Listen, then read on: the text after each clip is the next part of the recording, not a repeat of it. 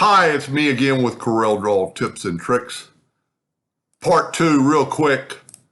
If you will take this, if you didn't watch part 1, I used the boundary tool. If you will go ahead and take this and go group it together, then you can contour like somebody mentioned on Facebook, but it does that right there. Go to Object, break contour apart, grab the contour, left click, right click, like we did in the other video.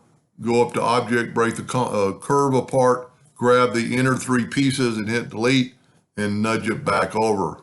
Now, the other way you can do that without having to do all that, let's make a duplicate of that.